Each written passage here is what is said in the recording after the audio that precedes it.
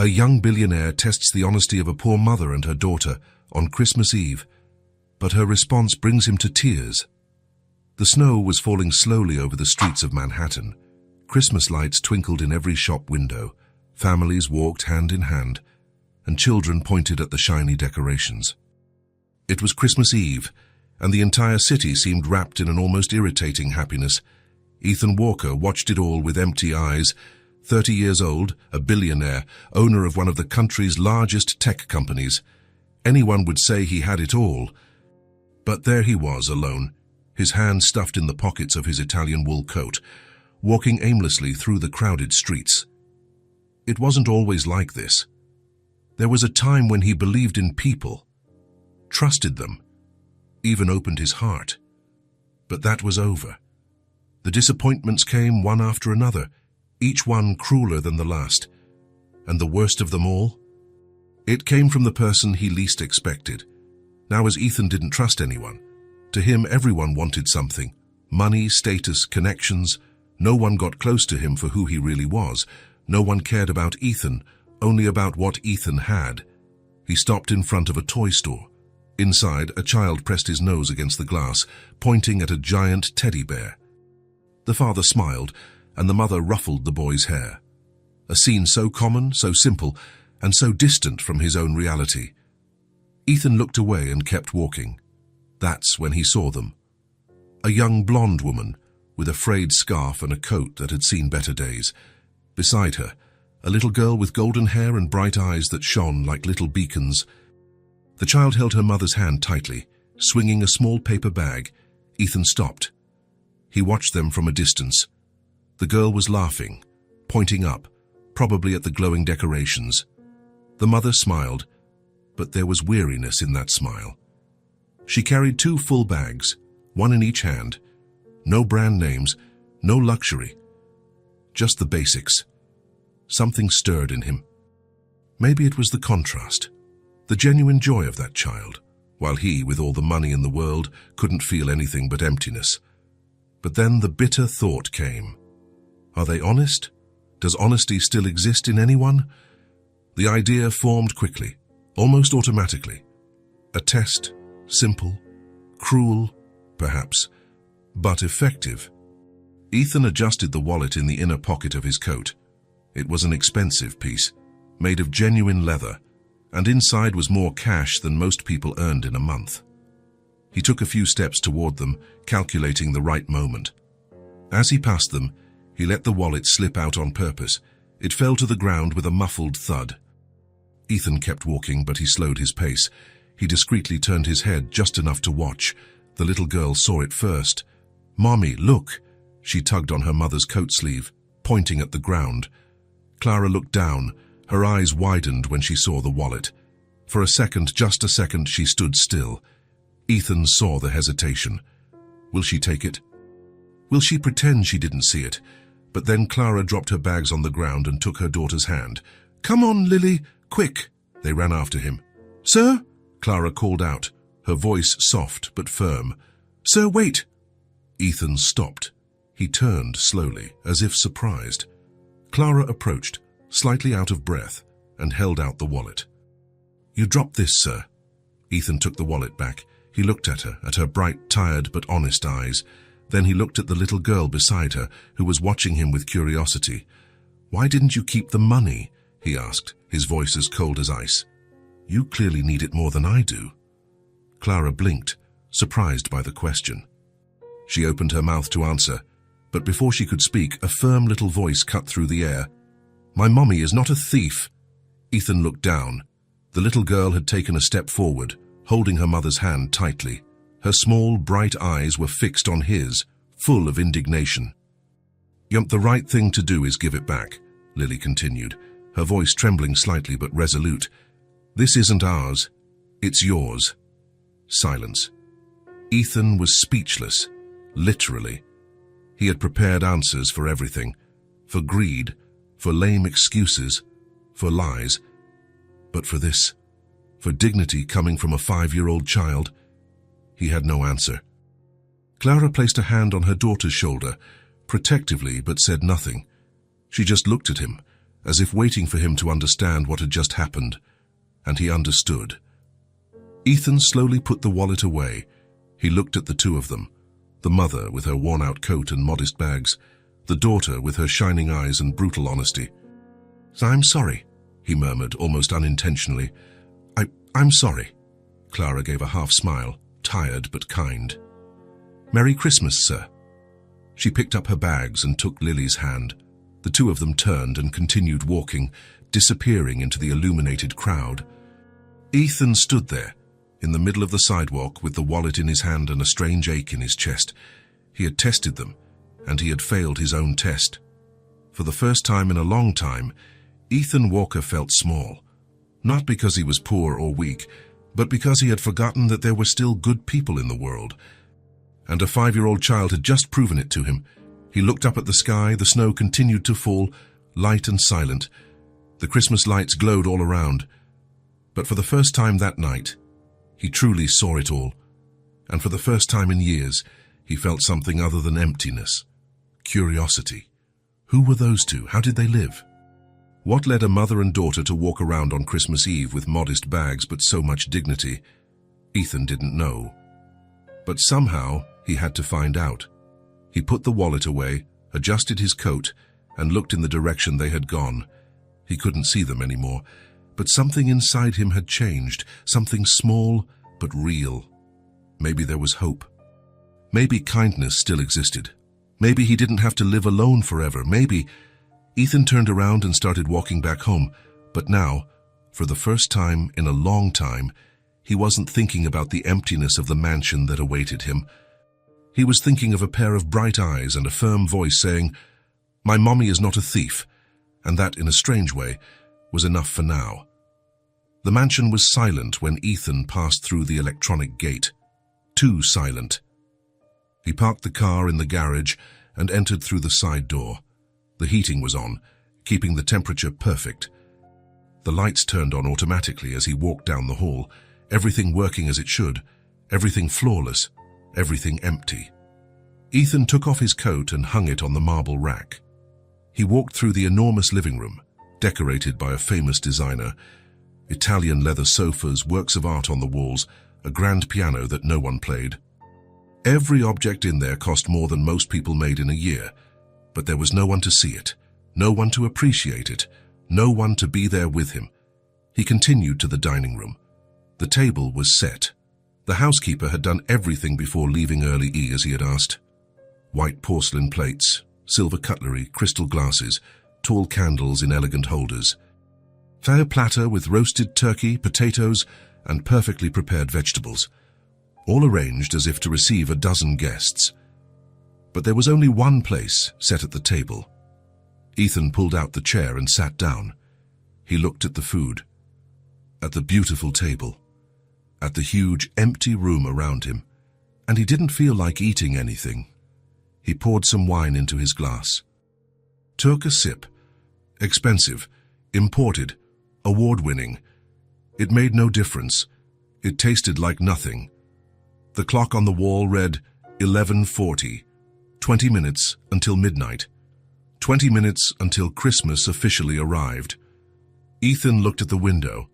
Outside, the snow continued to fall. The city lights twinkled in the distance. He imagined families gathered together, children eagerly waiting for Santa Claus, tables full of people laughing and talking. And he was here, alone. He picked up his fork, cut a piece of turkey, brought it to his mouth, chewed mechanically, swallowed. It had no taste. He dropped the fork back onto the plate. That's when the voice returned. "My mommy is not a thief." Lily, the little blonde girl with bright eyes, her firm, indignant voice, defending her mother with all the courage a 5-year-old could have. Ethan closed his eyes. Why couldn't he get that out of his head? He had conducted the test expecting to confirm what he already knew, that everyone was driven by self-interest, that no one was truly honest, that he was right not to trust anyone. But they had returned the wallet, and not only that, the girl had been offended by the idea that her mother might take the money, as if the suggestion itself was an insult. And it was. Ethan opened his eyes. He looked at the empty table, at the high ceiling, at the expensive paintings on the walls. Those two had nothing. Their clothes were old, their bags modest. They probably lived on very little, working hard just to get by. And yet, they had chosen to do the right thing, while he, with all the wealth in the world, was alone in a cold mansion. The clock struck 11:50. Ethan got up and went to the window. He rested his forehead on the cold glass and watched the illuminated city below. How many times had he eaten alone at that table? How many holiday parties had he spent with no one? How many birthdays, holidays, special dates had he let pass by in silence? He had chosen this. After the betrayals, the disappointments, he had decided it was easier to be alone, safer, less painful. But now, looking at the city full of lights and life, he realized something. Loneliness hurt too. It hurt differently. It wasn't the sharp pain of a stab in the back. It was a dull, constant ache that ate away at you slowly. And he had lived with it for so long he didn't even notice it anymore until today. Until he saw that mother and daughter walking down the street together, smiling, holding each other's hands, poor, yes, tired, yes, but together. They had something he didn't have, true love. Ethan stepped away from the window and returned to the table. He looked at his half-eaten plate, at the untouched wine, at the empty chair on the other side. Those two were probably in some small apartment now. Maybe they didn't even have turkey or a beautiful table. Maybe they were eating something simple, sharing a cheap piece of cake. But they were together, and he'd bet everything he had that they were happier than he was at that moment. The clock struck midnight. Christmas. Outside, fireworks began to pop. Flashes of light lit up the sky. The city was celebrating. Ethan stood still, looking up at the ceiling. Merry Christmas to him. He went back to the chair and sat down again. He rested his elbows on the table and held his head in his hands. How had he gotten here? How had he let his life become this? He had money, power, success. Everything he had dreamed of when he was younger, but he had lost everything that truly mattered along the way. And the worst part, he had chosen this. He had closed the doors. He had pushed everyone away. He had decided that living alone was better than risking getting hurt again. But was it? Was a life without pain worth anything if it also had no love? Ethan sat there for a long time. The food grew cold. The wine was forgotten. The candles burned down to the end. And for the first time in years, he felt something other than anger or bitterness. He felt regret. Regret for having closed himself off, for having given up on people, for having decided the whole world was bad just because a few people had been. That mother and daughter had proven him wrong. Kindness still existed. Honesty still existed. True love still existed. And they had it. With so little, they had everything, while he, with so much, had nothing. Ethan looked at the clock, 20 past midnight. Christmas had arrived, and he was exactly where he always was, alone. But something had changed. Something small, more fragile, but real. For the first time in a long time, Ethan didn't want to be alone anymore. He just didn't know how to change it. He got up from the table and went upstairs to his room. He took off his suit, put on something comfortable, and lay down in the huge, empty bed. He stared at the ceiling in the dark. And before he fell asleep, the voice came back one more time. "My mommy is not a thief." Ethan closed his eyes, and for the first time in years, he felt something he had forgotten existed. Hope. Maybe it wasn't too late. Maybe there was still time to change. Maybe he could learn from those two, maybe. He fell asleep thinking about it. And for the first time in a long time, he didn't have any nightmares. Ethan woke up early on Christmas Day, not because he wanted to. He simply couldn't stay asleep. His mind wouldn't stop. Thoughts spun endlessly, always coming back to the same thing, that mother and her daughter. He took a shower, put on something casual, jeans and a simple sweater, and went downstairs. The mansion was still silent. The housekeeper had the day off, the staff too, it was just him. Ethan made some coffee and sat in the enormous kitchen. He looked out the window. The snow had stopped during the night, leaving everything covered in a white blanket. He needed to do something, anything, Staying inside would drive him crazy. He grabbed his car keys and left. He didn't have a plan. He didn't know exactly what he was looking for, but he drove back downtown to the same place where he had found them the day before. The streets were emptier today. Shops were closed. Less traffic. Some families were still walking, children testing new toys in the snow. Ethan parked and started walking. He passed the toy store, the square, the same stretch of sidewalk where he had dropped the wallet. Nothing.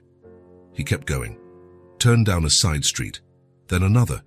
He looked at people, trying to find that blonde hair, those bright eyes. He walked for over an hour. The cold started to get to him.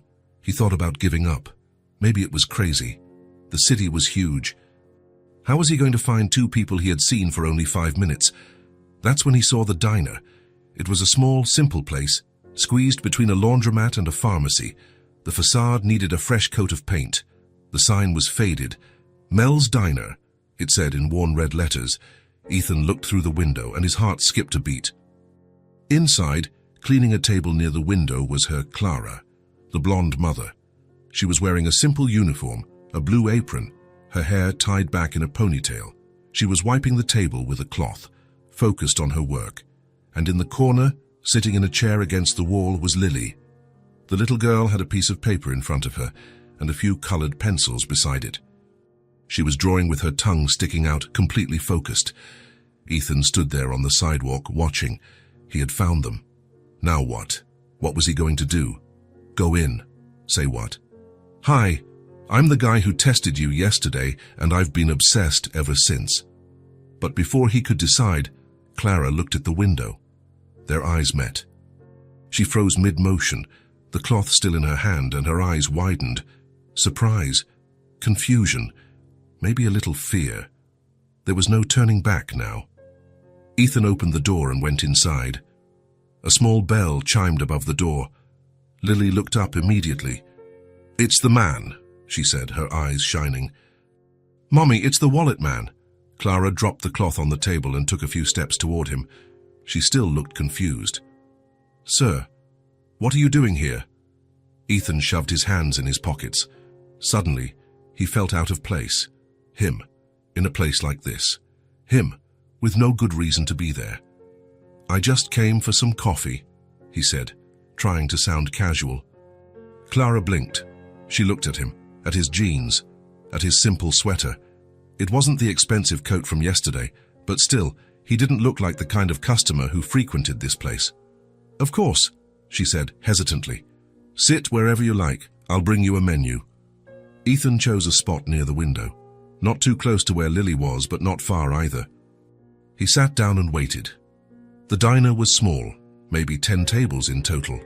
The smell of coffee mixed with bacon and butter filled the air. An old radio quietly played Christmas music in the corner. There were other customers, an elderly man reading a newspaper, a woman in a nurse's uniform eating toast, a young couple sharing pancakes. Clara returned with a laminated menu and a pen. "What can I get for you?" Ethan looked at the menu. Coffee, eggs, toast, pancakes, nothing fancy, everything simple and cheap. Black coffee and pancakes, please. Clara jotted it down on her notepad and left. Ethan sat there, looking around. The place was clean but clearly old. Plastic chairs, formica tables, worn-out floors. It smelled of grease and coffee. Simple, honest. Lily was still drawing in the corner. Every now and then, she would look at him and smile. Ethan gave a discreet nod back. Clara returned with the coffee. She placed the cup in front of him without a word and went to take care of another table. Ethan took a sip. It was strong, hot, honest. It wasn't the gourmet coffee he drank at home, made with imported beans in a $5,000 Italian machine. But there was something comforting about it. He watched Clara work. She cleaned, took orders, served plates. She did everything with efficiency, with dignity. She didn't complain. She didn't seem bitter. She just did her job. And she did it well. Her movements were quick but careful. She smiled at the customers, asked if everything was all right, refilled coffee cups without anyone having to ask. She worked like someone who depended on every cent of her tips. but also like someone who took pride in what she did, and in the corner Lily kept drawing, completely oblivious to the harshness of the world around her. Just a child being a child. Her colored pencils were so short she could barely hold them.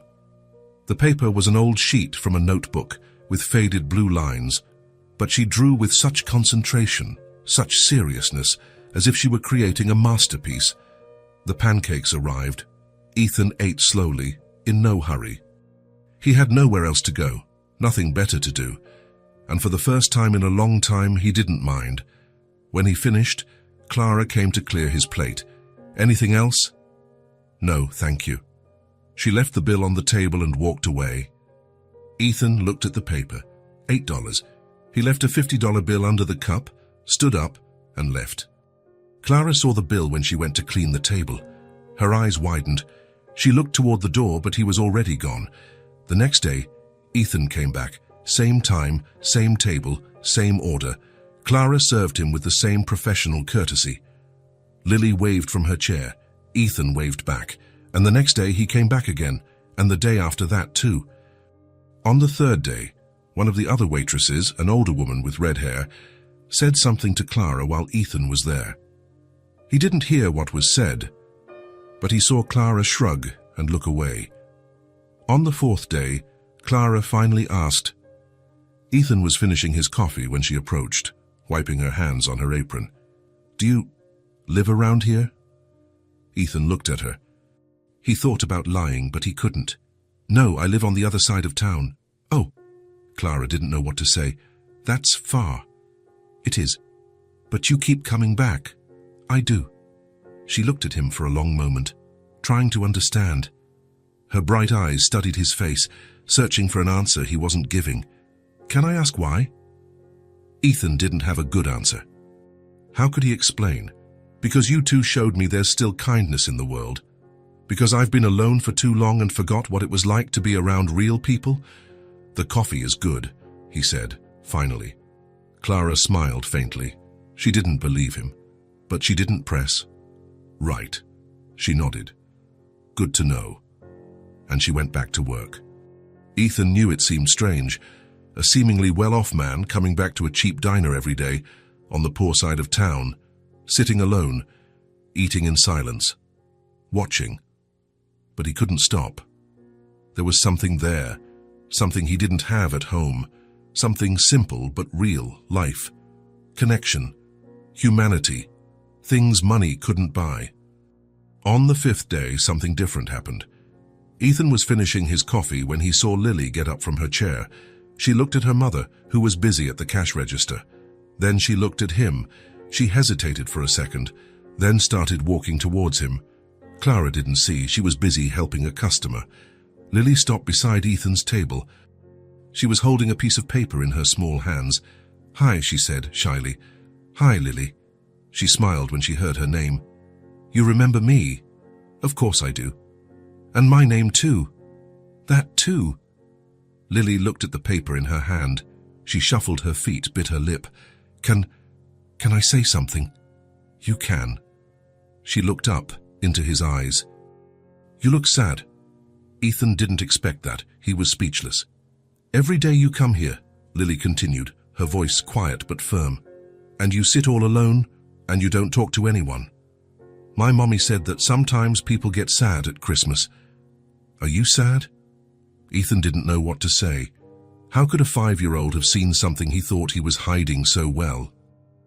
Sometimes," he admitted finally. Lily nodded seriously. "I get sad sometimes too, when I miss my daddy. But then my mommy says we have to look for good things, things that make us happy." "And what makes you happy?" "Drawing." Her eyes lit up. "And ice cream. And when my mommy reads me stories before bed. And flowers. And the sun." Ethan smiled. A small but genuine smile. Lily held out the paper. "I made this for you, to cheer you up." Ethan took the paper slowly. It was a drawing, made with worn-out colored pencils, some so short they were hard to hold. The lines were crooked, the proportions strange. But it had color, it had life, it had soul. A huge sun in the top right corner, with a smiling face and rays shooting out in all directions. Big, colorful flowers covered the bottom, red, yellow, purple, pink, a little house in the middle with blue windows and a red door, yellow smoke coming out of the chimney, a path of brown pebbles leading to the door. And in the sky, in crooked and uneven letters, it was written in green pencil, "Merry Christmas." Ethan held the paper and felt something tighten in his chest. When was the last time someone had done something like this for him? Something simple, selfless, from the heart, without expecting anything in return, without a hidden motive. He couldn't remember. Maybe never. "Bon, do you like it?" Lily asked anxiously. "It took me a long time to make. I wanted it to be pretty." Ethan looked at her bright, shining eyes, full of hope and genuine concern. "I like it very much," he said, and his voice came out more emotional than he intended. "It's the most beautiful drawing I've ever received in my life." Lily's face lit up like a Christmas tree. "Really? Really, truly?" She did a little happy jump, her small hands clasped in front of her chest. "Then you won't be sad anymore." Ethan smiled again, bigger this time. "I'll try not to be. Promise?" "I promise." Lily held out her pinky finger.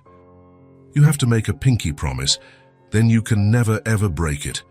Ethan looked at the small, outstretched finger, then at the girl's serious face. She meant business.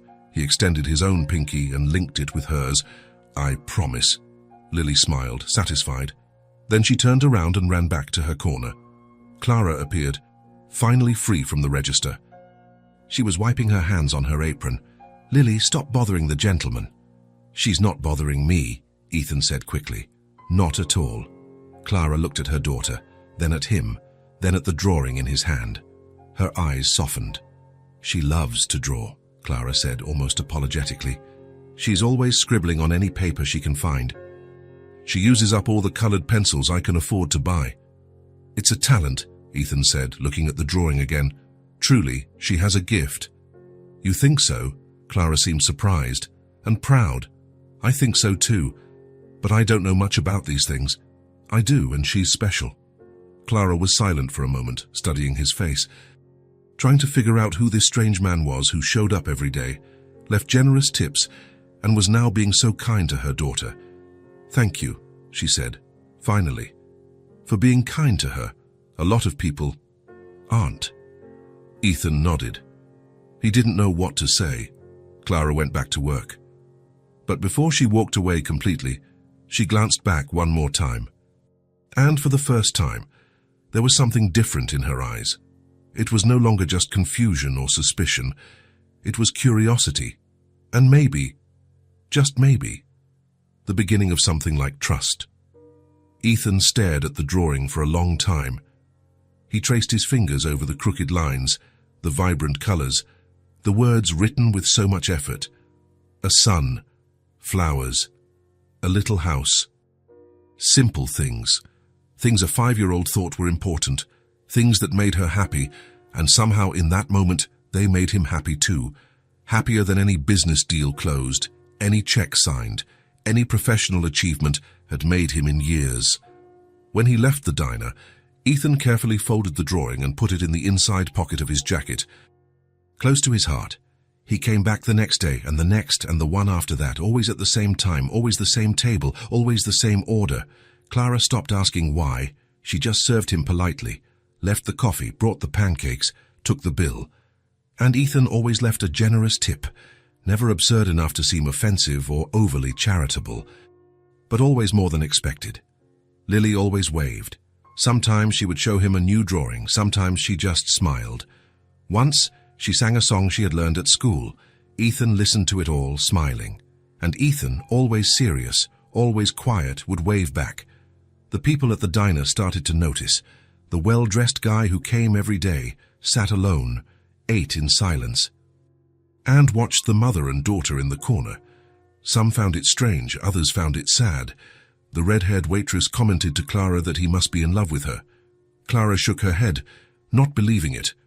But Ethan didn't care what they thought. For the first time in a long time, he had found something that made sense. It wasn't the food. It wasn't the place. It was them, Clara's dignity, her honest work, the way she cared for her daughter, even when she was tired, even when she was struggling, the quiet strength she had, and Lily's joy, her innocence, her ability to see beauty in simple things, to draw a smiling sun and think it could cure someone's sadness. And it could, because in a strange way, it was working.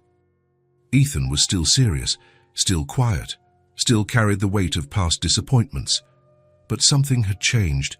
He didn't feel so alone anymore, and it was all because of a drawing made with worn-out pencils and a pure heart.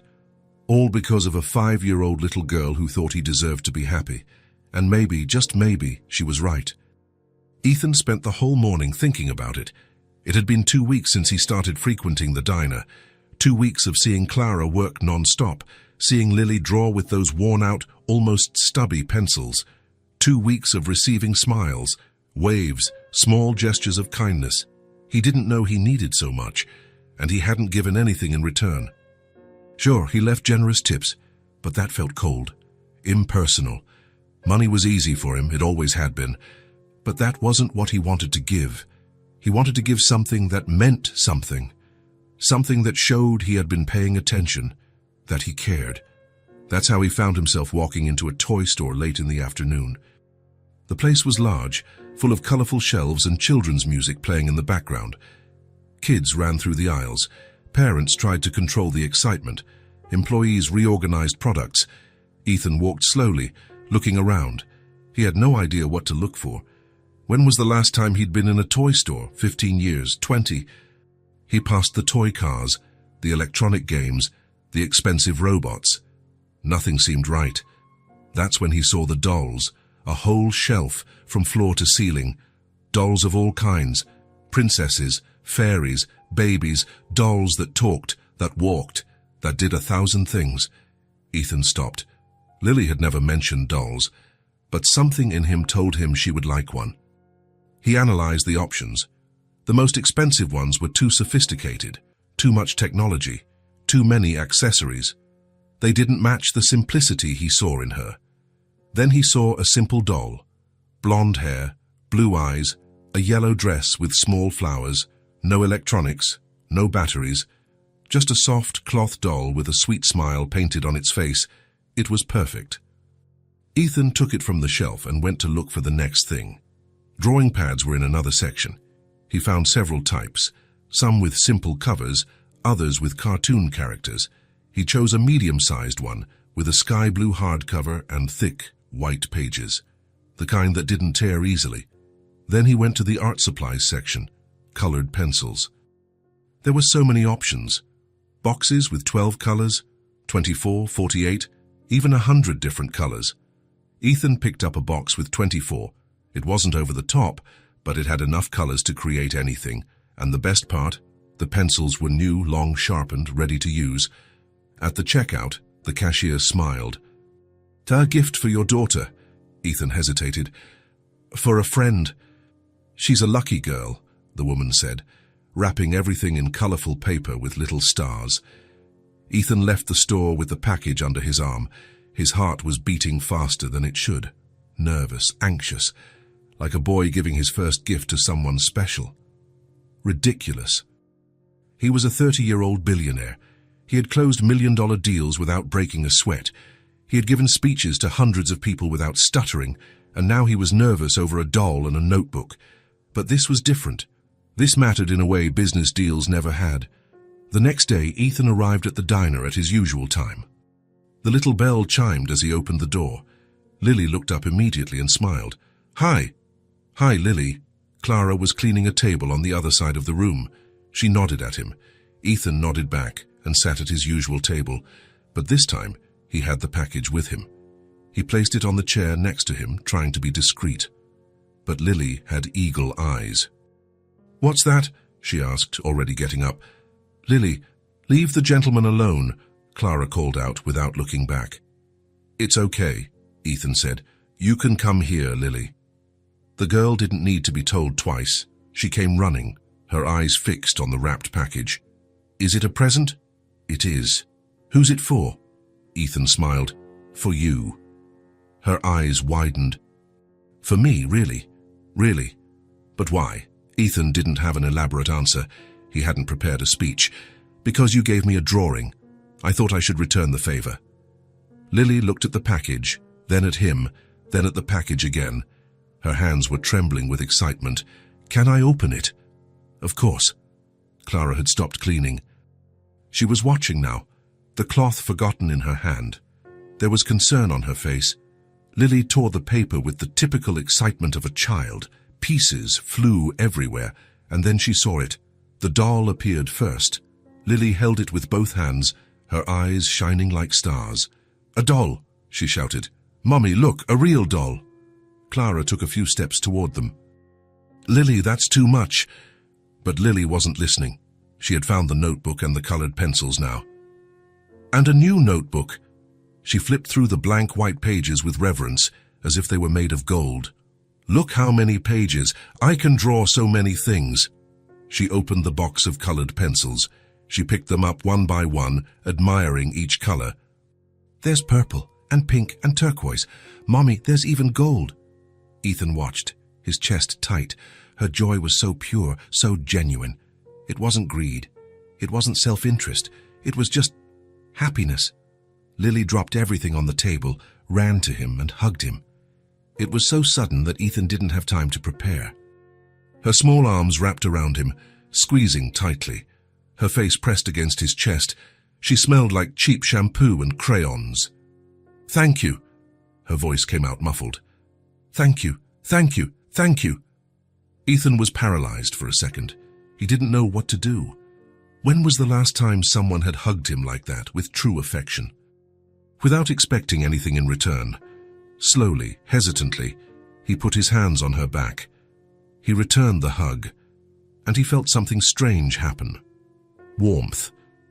A human warmth he hadn't experienced in so long he had forgotten what it felt like. It wasn't the physical warmth of another person. It was something deeper. Something that reached places inside him that had been frozen for years. Connection, affection, mattering. The feeling that he mattered to someone. Not for his money, not for what he could do, just for existing. His eyes stung. He blinked quickly, pushing back the tears before they could fall. Lily pulled away, still smiling. I'm going to draw something for you. Something really pretty with all the colors. It will be beautiful, Ethan said, his voice hoarser than he intended. Lily ran back to her corner, clutching the doll in one arm and the notebook in the other. Clara stood there, watching him. There was something different in her eyes now. It wasn't suspicion anymore. It wasn't confusion. It was understanding. She took a few steps to his table and sat in the chair across from him, something she had never done before. You didn't have to do that, she said softly. I know. It must have been expensive. It was nothing. Clara shook her head. It was something, maybe not to you, but to her. She looked at her daughter, who was already drawing frantically. To her, it's everything. Ethan didn't know what to say. Clara studied him for a long moment. Can I ask you something? You can. Why do you keep coming here? For real. It's not for the coffee. It's not for the food. So why? Ethan looked at her bright, tired but kind eyes. She deserved honesty. Because you two reminded me of something I had forgotten, he said slowly, that there are still good people in the world. Clara was silent. I spent a long time thinking everyone just wanted something from me, Ethan continued, that no one was honest, that you couldn't trust anyone. And then you returned my wallet, and your daughter defended me, and gave me a drawing just because she thought I was sad. He paused. You didn't want anything from me. You were just good, and I didn't know that still existed. Clara blinked. Her eyes welled up a little. We just did the right thing, she said simply. I know, and that's rare. She gave a small smile. But you've been through some bad things, haven't you? I have. Me too, Clara said quietly. I know what it's like to lose faith in people. I know what it's like to think everyone is going to hurt you. Ethan looked at her intently. But then I had Lily, Clara continued, and she reminded me that not everything is bad. That it's still worth being good, even when the world isn't. She's special. She is, Clara smiled, looking at her daughter. "She's the best thing that ever happened to me." They were silent for a moment, a comfortable silence, mutual understanding without needing words. Then Clara stood up. "Thank you," she said, "for the gift, for the kindness, for seeing us." "Thank you for letting me in," Ethan replied. Clara nodded and went back to work. Ethan sat there, drinking his coffee, watching Lily draw with excitement using her new pencils. She held the doll in her lap as she drew, talking to it quietly. And for the first time in a long time, Ethan felt whole. The rest of the day went by quickly. Ethan ate, paid the bill, and left his usual tip. As he was leaving, late in the afternoon, the sky had already grown dark. Winter did that. 5 o'clock, and it looked like midnight. The cold was biting. The wind blew hard. Ethan pulled his coat tighter and started walking toward his car. "Wait," he turned. Lily was running after him, with Clara right behind, trying to catch up. "Lily, don't run like that, you'll fall." But the girl wasn't listening. She stopped in front of Ethan, out of breath, her cheeks red from the cold. "You forgot to say goodbye," Ethan smiled. "I'm sorry. Goodbye, Lily." "Goodbye," she said. And then, suddenly, she took his hand. Her little hand was small, warm, firm. "You should come all the time," she said seriously. "We like you." Ethan felt his chest tighten again. "You do?" "Yes, Mommy said you're nice, and I think so too." Clara had caught up now. She put a hand on her daughter's shoulder, a bit embarrassed. "Lily, don't go making things up." "But Mommy did say it," Lily protested. "The other day Aunt Ruth asked who you were and Mommy said you were nice." Clara turned red. She looked away. Ethan hid a smile. Clara cleared her throat, trying to regain her composure. "What Lily meant to say is—" She paused, then took a deep breath. "You're welcome here." "Always." She looked at him, straight in the eyes, and there was sincerity there, pure truth. "You don't have to make up excuses to come. You don't have to pretend it's just for the coffee. If you want to come, just come. She hesitated. "We like having you around." Ethan was speechless. Acceptance. That's what he was feeling. True acceptance. Not because he was rich, not because he could be useful, but because they liked him, simple as that. When was the last time someone had welcomed him like that? He couldn't remember. "Thank you," he said, and the word came out heavy with emotion. "That means more than you can imagine." Lily squeezed his hand. "So you promise you'll come back?" "I promise." "Pinky promise." Ethan let go of her hand and held out his pinky. Lily linked hers with his. "Pinky promise." Satisfied, Lily let go and hugged her mother's leg. "It's too cold," Clara said. "We need to go back. But see you tomorrow." "You'll see me tomorrow," Ethan confirmed. Clara smiled. A small but real smile. Then she took Lily by the hand, and they went back into the diner. Ethan stood there on the sidewalk, watching them go inside. Through the window, he saw Lily showing the doll to the red-haired waitress, jumping with joy. He smiled, and then he walked to his car. But this time, the walk didn't feel cold. It didn't feel lonely. Because for the first time in a very, very long time, Ethan had found something he had always been searching for without knowing it. A family. Not by blood, not official, but real. People who cared about him. Not for what he had, but for who he was. And that, he realized as he drove back to his empty mansion, was the most valuable gift anyone could ever give. The gift of true friendship. Ethan woke up on Saturday with a different feeling in his chest. Lightness. That was the word. Something he hadn't felt in so long he had almost forgotten what it was like. He had coffee, looked out the mansion window. The sky was clear, blue, cloudless. The sun shone brightly, melting the snow at the edges. One of those rare winter days that seemed to promise something good. He picked up his phone and hesitated. He didn't have Clara's number. He had never asked. It seemed too invasive, but today was different. Today he wanted to do something special. He took a shower, put on jeans, a comfortable sweater, and a jacket. Nothing fancy, just normal. He drove to the diner. It was 9 o'clock on a Saturday morning. The place was more crowded than on weekdays, families having breakfast, couples sharing waffles, children making a mess. Clara was rushing from one side to the other, serving everyone. Lily was in her usual corner, drawing in her new notebook. The doll sat next to her on the chair. Ethan walked in. The little bell chimed. Lily looked up and her face lit up. "You came?" "I did." Clara passed by carrying a tray full of plates. She smiled at him, but didn't stop. "Good morning. I'll seat you in a moment." Ethan waited at the entrance. He watched Clara work. She was tired, you could see it, but she still smiled at the customers, still did her job well. Finally, she got a break. She came over to him, wiping her hands on her apron. "Sorry for the rush. Saturdays are always like this." "No problem. Do you want your usual table?" "Actually," Ethan took a deep breath, "I wanted to ask you something." Clara blinked, surprised. "Of course. Do you two have plans for today?" "Plans?" She gave a humorless laugh. "I work until 3. After that, it's just me and Lily at home. Why? Would you like to go out with me? After your shift?" Clara stood there, processing. "Go out?" "Yes. There's a nice park nearby. I thought Lily would like it, and afterward, we could have dinner together, the 3 of us." Clara looked at her daughter, then at him.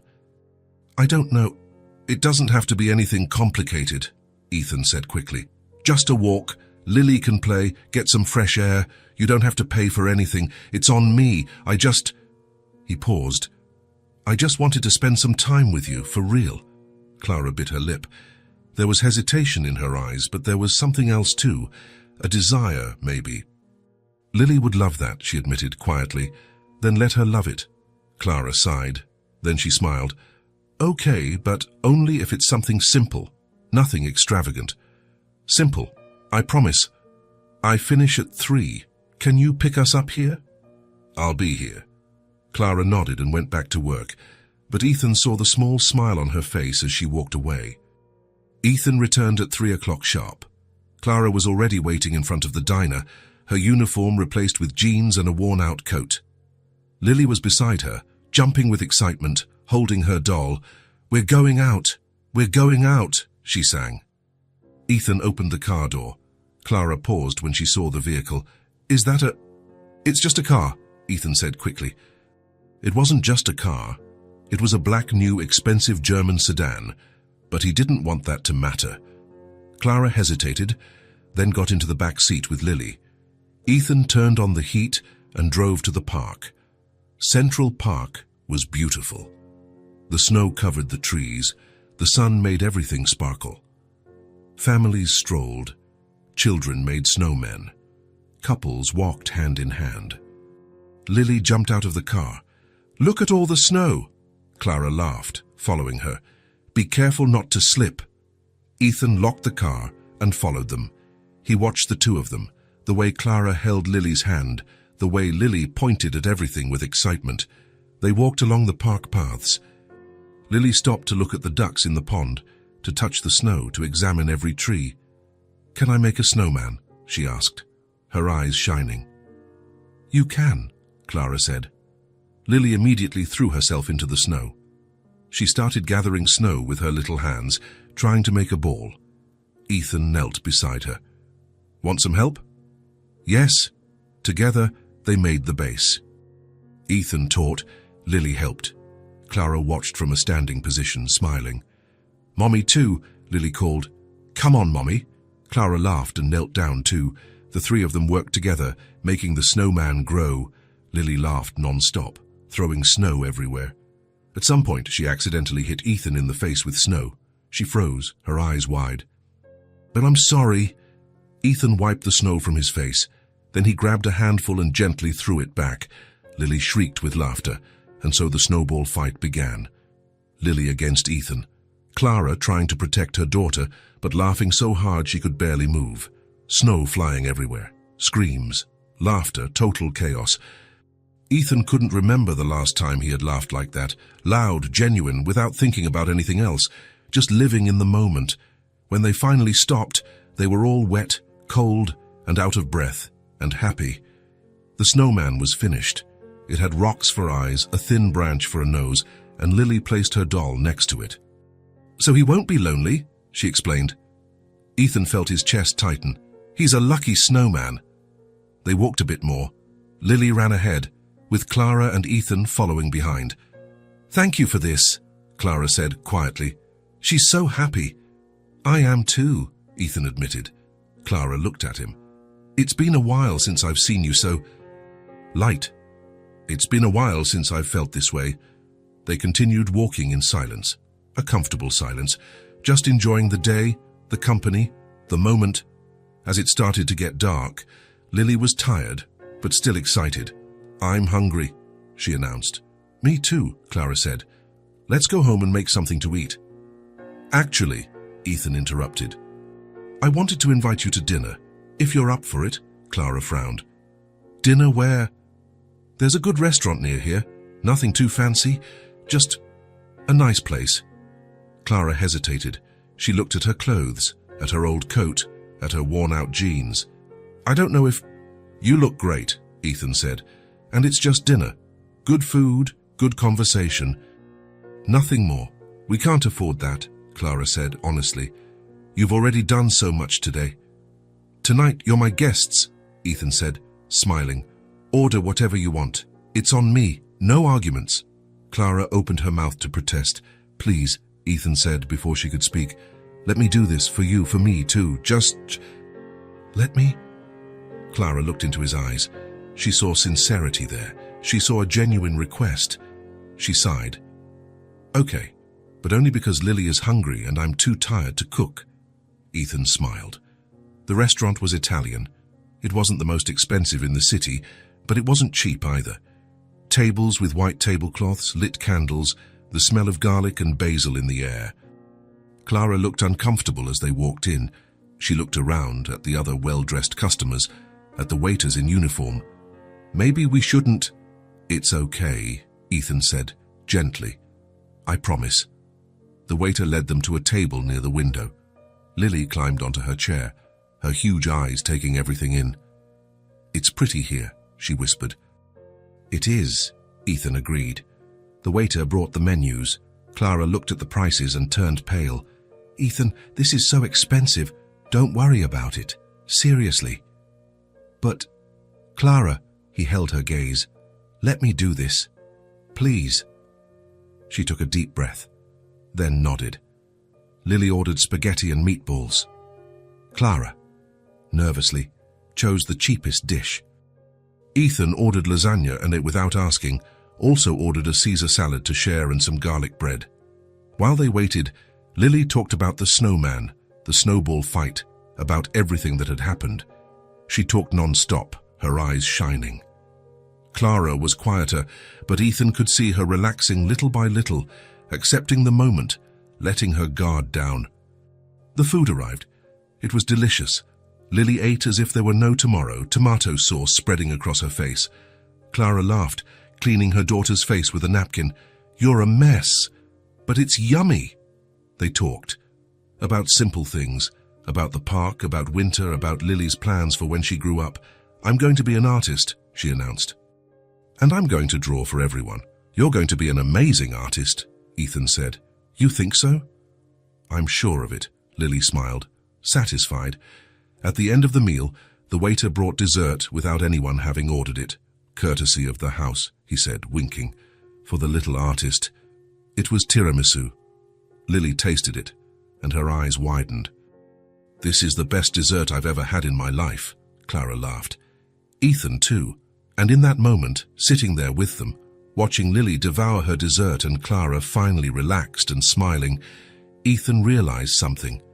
He was happy, genuinely, completely happy, not because he had money, not because he had success, not for anything he owned, but for being there. With them, sharing something simple but real, a walk, a dinner, laughter, things that cost nothing, but were worth everything.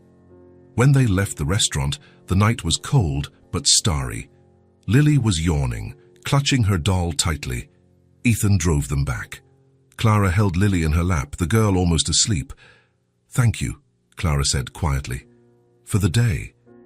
For everything. It was special. For me, too. She looked at him for a long moment, then smiled. "You're a good person, Ethan." He didn't know how to respond, because it had been so long since anyone had said something like that to him. When they arrived in front of their building, Clara got out with Lily in her arms. "See you on Monday?" she asked. "You'll see me on Monday." Lily, sleepy, opened her eyes just enough to wave. "Bye, Ethan. Thanks for the best day." "Bye, Lily." They went inside. Ethan waited until he saw them go up the stairs. Then he drove back home. And for the first time in a long time, the empty mansion didn't seem so bad, because now he had something to look forward to, something to live for. Two people who cared about him, who enjoyed his company, who made him feel human again, and that changed everything. It had been almost a month since the walk in the park, a month of daily visits to the diner, a month of coffees, short conversations, new drawings from Lily, a month of something Ethan never thought he'd have again, a routine with people who cared. It was on a Tuesday that Clara made the invitation. Ethan was finishing his coffee when she approached, wiping her hands on her apron. There was something different about her today. Nervous, maybe. "Can I ask you something?" "Of course." Clara looked around, making sure no one was listening. Do you have plans for Friday night?" Ethan blinked, surprised. "Dunno. Why?" "I wanted to—" She hesitated. "I wanted to invite you to dinner, at my place. Nothing fancy. Just homemade food. Me and Lily. If you want to, of course." Ethan felt something warm in his chest. "Are you sure?" "I am," Clara said more firmly now. "You've done so much for us. The outing, the gifts, the tips that helped me so much. I wanted to repay you somehow, and Lily keeps asking for you to come over. She wants to show you all the drawings she's made." "I'd love that," Ethan said, without hesitation. Clara's face lit up. "Really? Really? So, Friday, 7 o'clock. I have to warn you, it's a small apartment. Nothing compared to what you must be used to." "Clara," Ethan said, gently. "I don't care about that. I'll be there," she smiled, a relieved, happy smile. "Then it's a date." Friday arrived too quickly and too slowly at the same time. Ethan spent the day restless. He worked from home, trying to focus on reports and emails, but his mind kept going back to the same place. Dinner at their house. Something so simple, yet it meant so much. Trust. Clara was trusting him enough to let him into her personal space, the place where she and Lily lived, where they were most vulnerable. At 5 in the afternoon, Ethan went to a bakery. He looked for something good, but not over the top. He decided on a simple chocolate cake, well-made, high with a smooth frosting, nothing too fancy, just something tasty to share. At 6:30, he parked in front of the building Clara had indicated. It was an old building with faded bricks and external metal stairs. It wasn't dangerous, but it was definitely humble, very different from the neighborhood where he lived. Ethan went up to the 3rd floor, apartment 3B, she had said. He took a deep breath and knocked on the door. Quick footsteps. Then Lily's voice. "He's here, Mommy, he's here." The door opened. Lily appeared, smiling from ear to ear, wearing a pink dress that must have been her best one. "You came." "Of course I did. I promised, didn't I?" "Pinky promise," she said, seriously. Then she took his hand and pulled him inside. Come on, come on." "I have to show you a bunch of things." Ethan walked in. The apartment was small, as Clara had warned. Living room and kitchen in one space, a door that probably led to the only bedroom, a tiny bathroom. The furniture was old, patched up, but everything was clean and tidy. There were Lily's drawings everywhere, on the fridge, on the walls, some framed with cardboard and tape. It smelled like home-cooked food. Garlic, onions, something baking in the oven. Clara appeared from the kitchen, taking off an apron. She had changed out of her diner uniform into a simple blouse and jeans. Her blonde hair was down, falling over her shoulders. "Hi," she said, a little embarrassed. "Sorry for the mess." "It's not messy," Ethan said, honestly. "It's cozy," Clara smiled, relieved. I brought this. Ethan held out the cake box. You didn't have to. I know. But I wanted to. Clara took the box and carried it to the kitchen. Lily wouldn't let go of Ethan's hand. Come see my drawings. I made so many. She dragged him to a corner of the living room where there was a stack of papers. The notebook he had given her was already half full, each page filled with color and creativity. This one is of you. Lily showed a drawing of a tall man with dark hair. And this one is me. And this is Mommy. And this is us at the park. Ethan knelt down, looking at each drawing carefully. Some were better than others, but they all had something special. Life, love, innocence. They're beautiful, Lily, all of them. Really, you have a lot of talent. Lily beamed with pride. Clara called from the kitchen. Dinner's almost ready. You can sit at the table. The table was small, round, with 3 chairs. Clara had put down a clean tablecloth, simple plates, glass cups, nothing fancy, but done with care. Ethan sat down. Lily sat next to him, swinging her legs that didn't reach the floor. Clara brought the food, roasted chicken with potatoes and vegetables. Simple, but the smell was incredible. I hope you like it, she said, serving the plates. It's nothing special. Are you sure? Because it looks delicious. They started to eat. And it was delicious. It wasn't fancy restaurant food, but it was made with care, seasoned just right, everything cooked perfectly. This is great, Clara. Seriously. Mommy is a very good cook, Lily said, her mouth full. She's the best cook in the world, Clara laughed, embarrassed but happy. They talked while they ate. Lily told them about school, about a teacher she adored, about a boy who had pulled her hair. And what did you do? Ethan asked. I told him to stop, and he stopped, Lily said, proudly. Very good. You have to stand up for yourself. Clara watched the interaction, smiling softly. When they finished, Clara cleared the plates and brought the cake. Lily squealed with joy when she saw the chocolate. It's my favorite. Really, Ethan said. Lucky me, then. They ate dessert. Lily got chocolate on her face again. Clara cleaned it with a napkin, laughing. After dinner, Lily went to draw in her corner. Clara and Ethan stayed at the table, drinking a simple tea. That's when Ethan gathered his courage. There was something he had wanted to ask for weeks, but he had never found the right moment. Now, in this intimacy, it seemed like the time. Can I ask you something? He said quietly. You don't have to answer if you don't want to. Clara looked at him, curious. You can. Ethan hesitated. Then, and Lily's father. Can I ask about him? Clara's face changed. It didn't get angry, just sad. She looked down, staring at the tea in her cup. He left us, she said, her voice low, when she was still a baby. Lily was 3 months old. Ethan stayed quiet, letting her speak in her own time. We were too young, Clara continued. I was 22, he was 23. When I got pregnant, he promised he would stay. That he would be a good father, but, she sighed, I think he got scared of the responsibility, of having to really grow up. One day he just left a note saying he couldn't do it, and he never came back. I'm so sorry. Clara shrugged, but her eyes were glistening with unshed tears. It was really hard at first. I had no one. My family had disowned me when I got pregnant. Friends disappeared. I was alone with a baby, with no money, no support. She paused. There were days I didn't know how I was going to make it, but then I would look at her, so small, so innocent, and I knew I had to keep going for her. You're strong, Ethan said, with conviction. Very strong, or very stubborn, Clara gave a sad smile. But we made it. It's not much, but it's ours, and she's happy. That's what matters. Lily is lucky to have you. Sometimes I wonder if she didn't deserve more, a father who was present, a better house, toys, new clothes. Clara? Ethan interrupted, gently but firmly. She has love, true love. And that's worth more than any material thing. Believe me, I grew up with everything money could buy, and I didn't have what she has. What you have?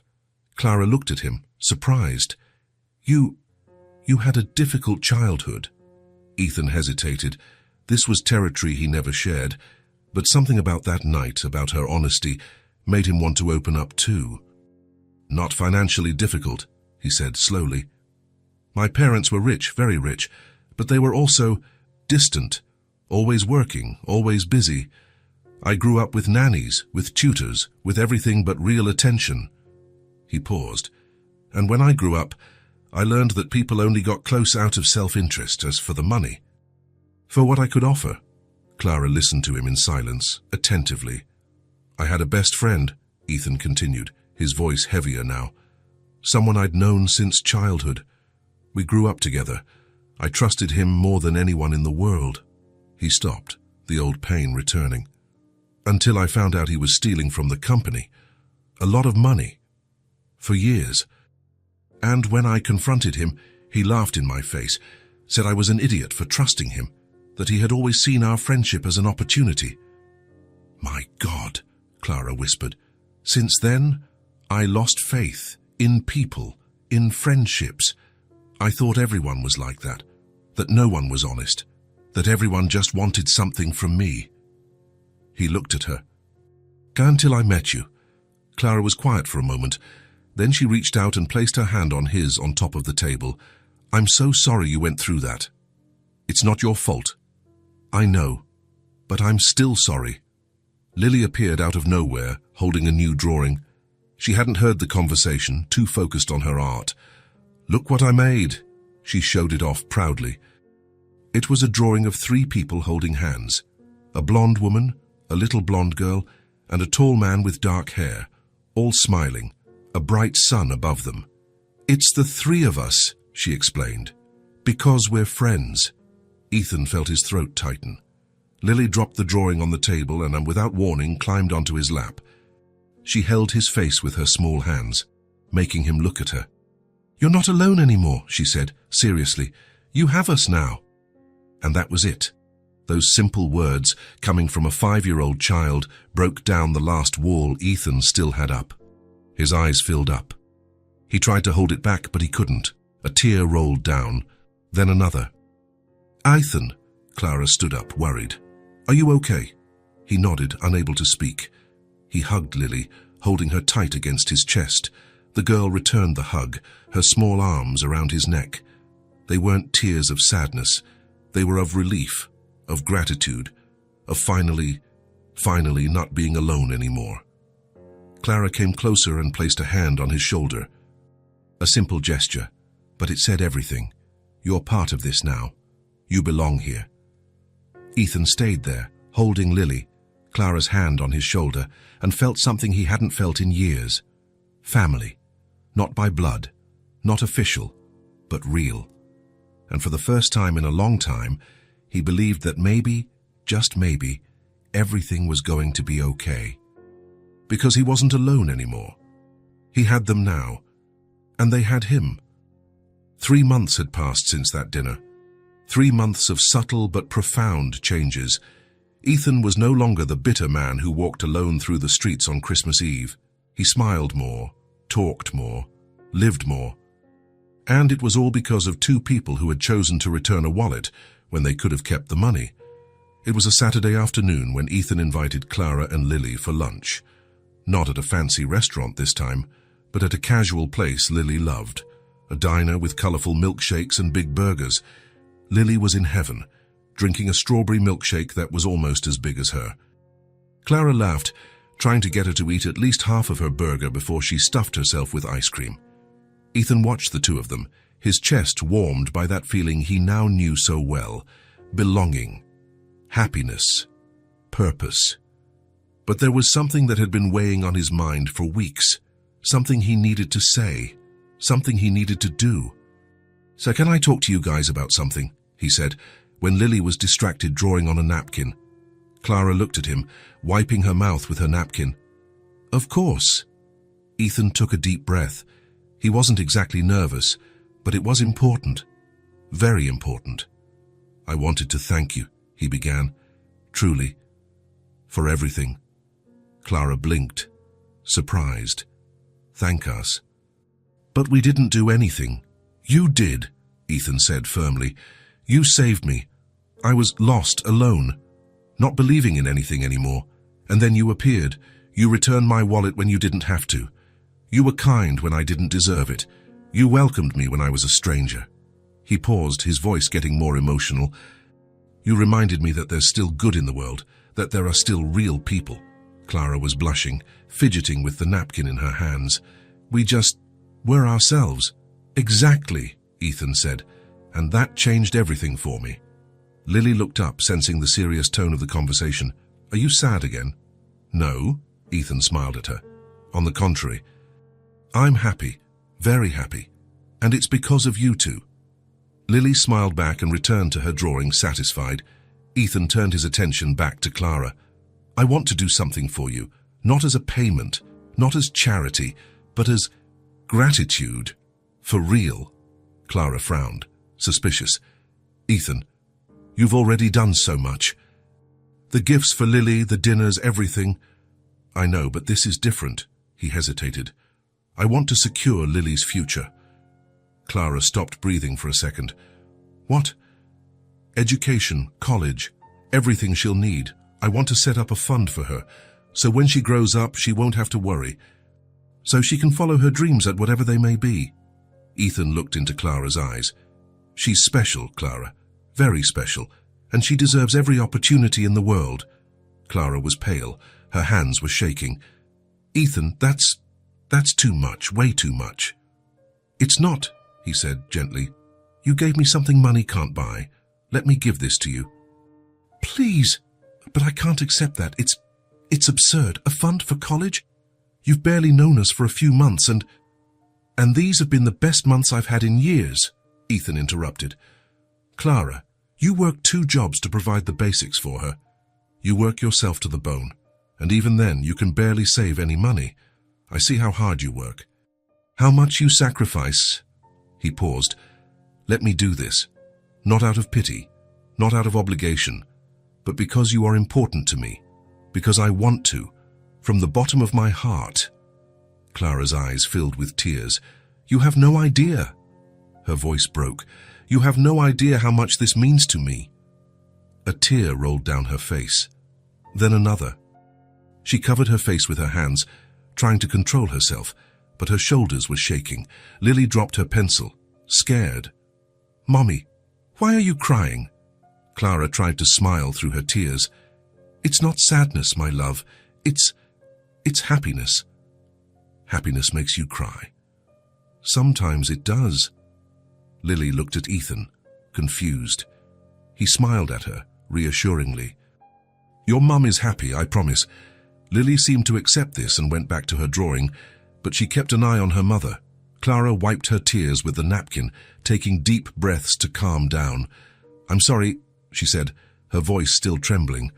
I never thought someone would do something like this for us, never. You deserve it, Ethan said firmly.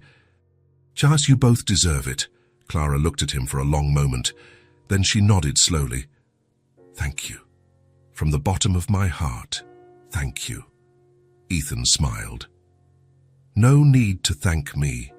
You've already given me so much more. But Ethan wasn't finished.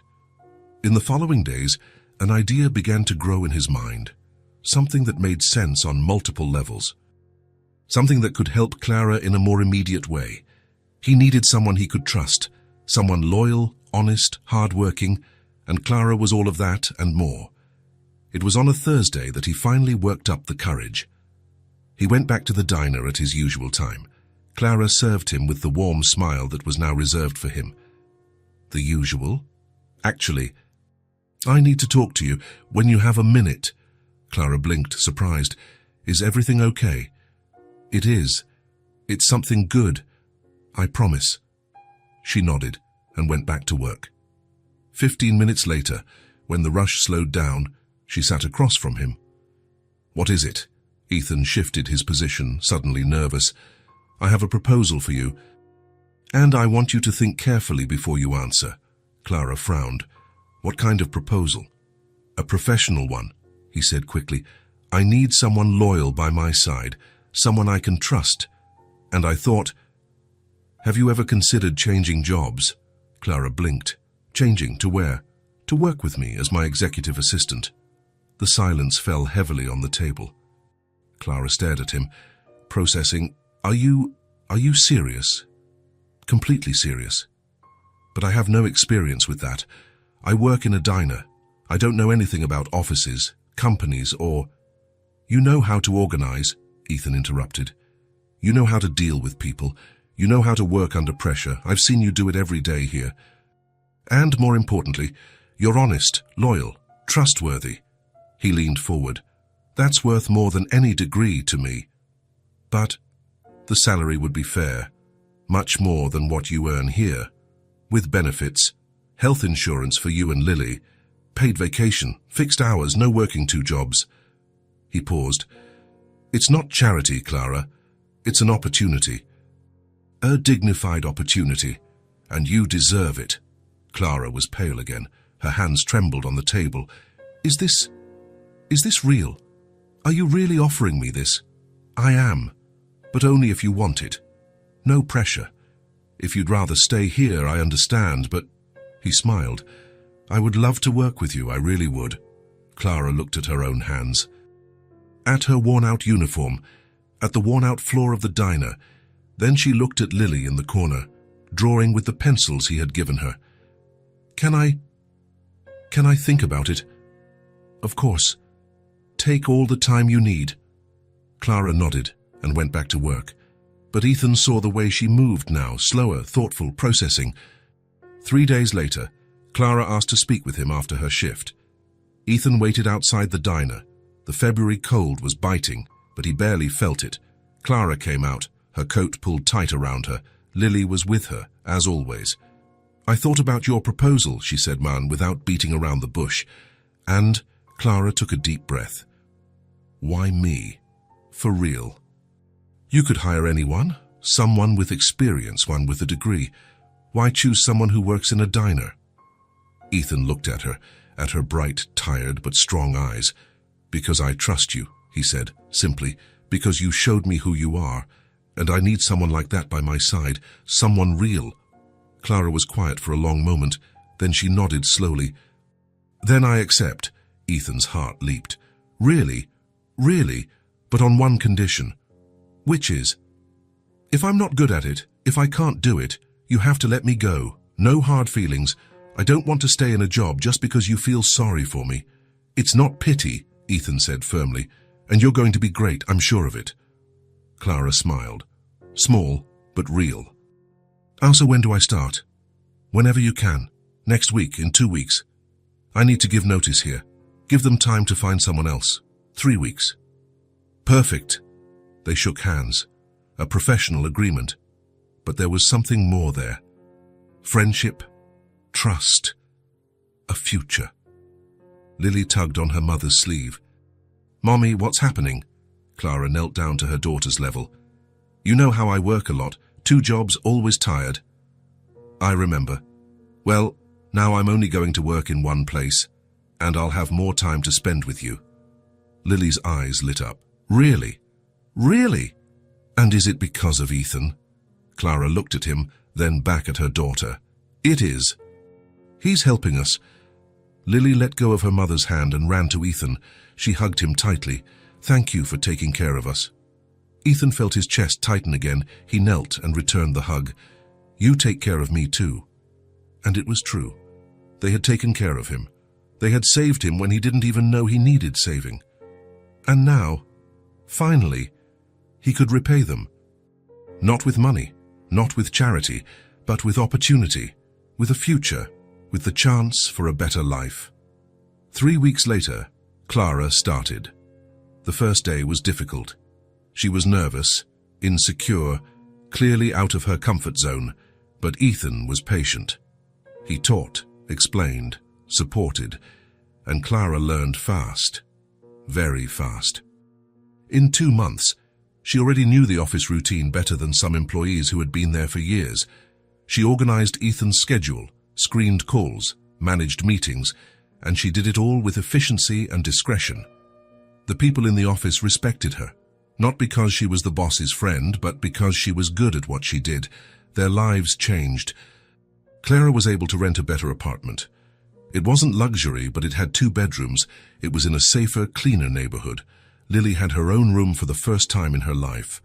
Clara bought new clothes, not designer brands, but new, dignified, professional. And for the first time in years, she wasn't exhausted all the time. She worked normal hours, had weekends off, could spend quality time with her daughter. Ethan saw the change. He saw the way her shoulders weren't so tense anymore, how her smile was more frequent, how there was a light in her eyes that wasn't there before, and he felt proud. Not the pride of someone who gave a handout, but the pride of someone who gave an opportunity and saw someone shine.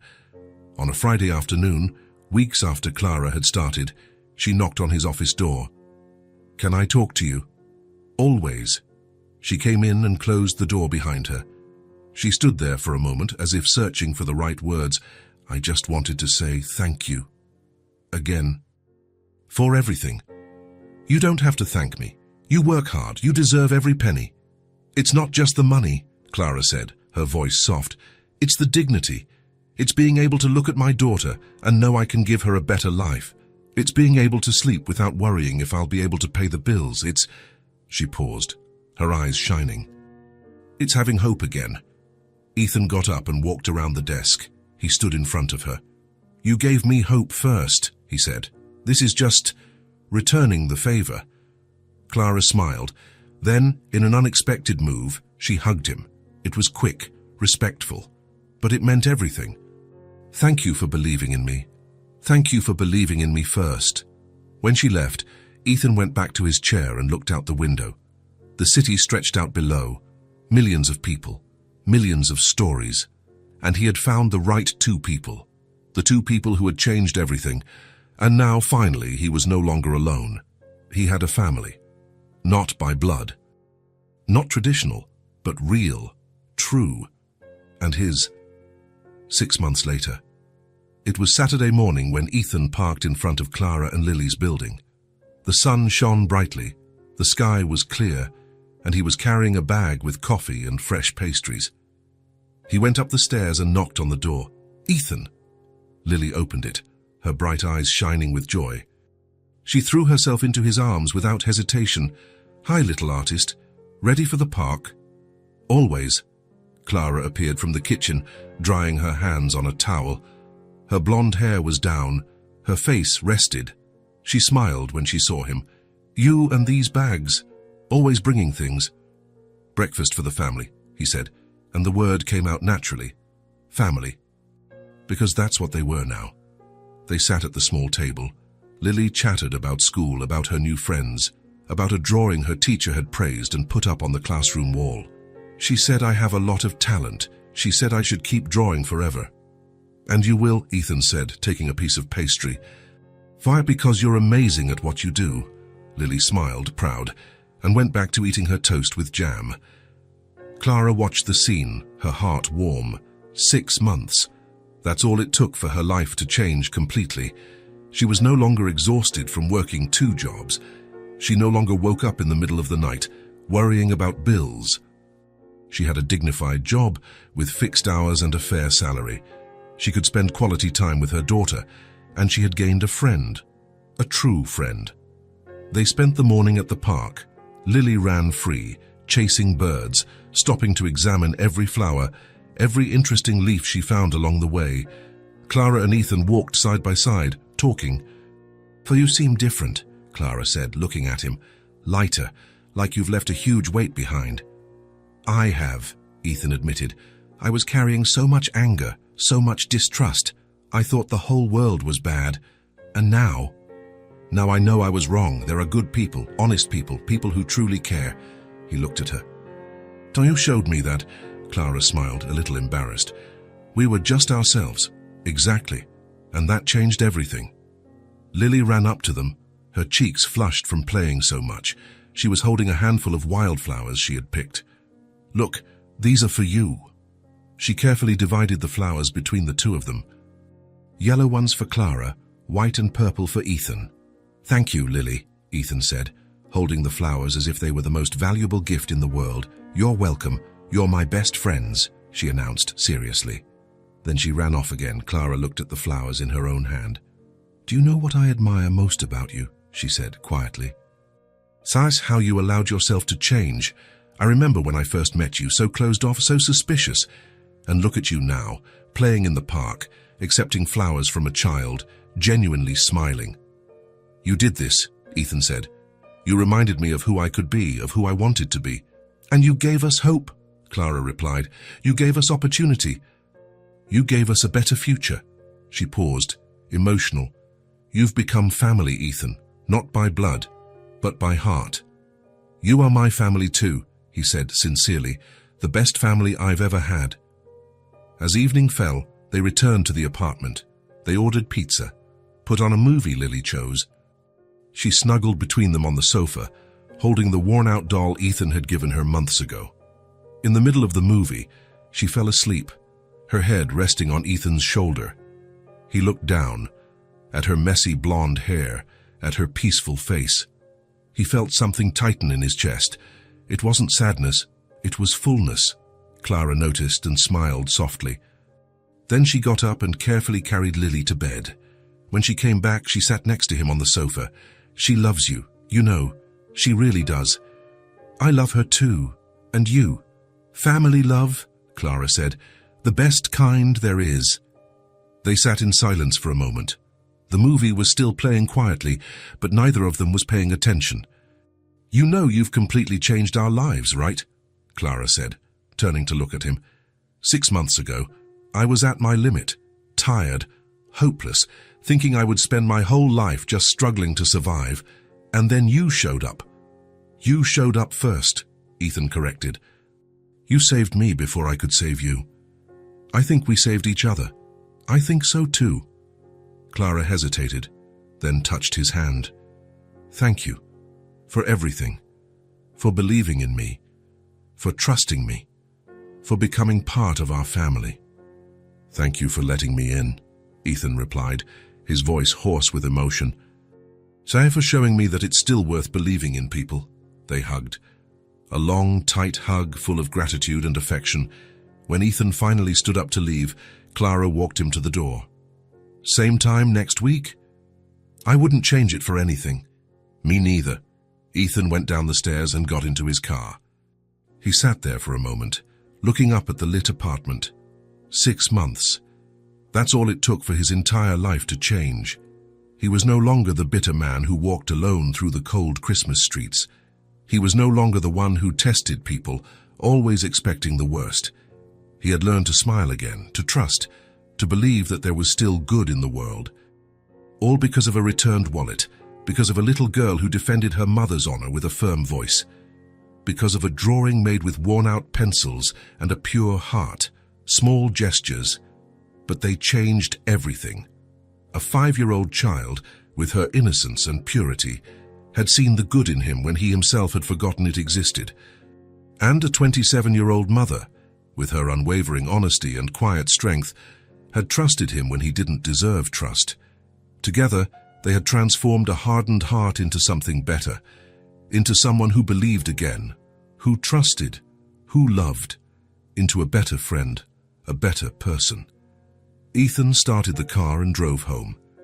The mansion didn't seem so empty anymore, because he knew he wasn't alone.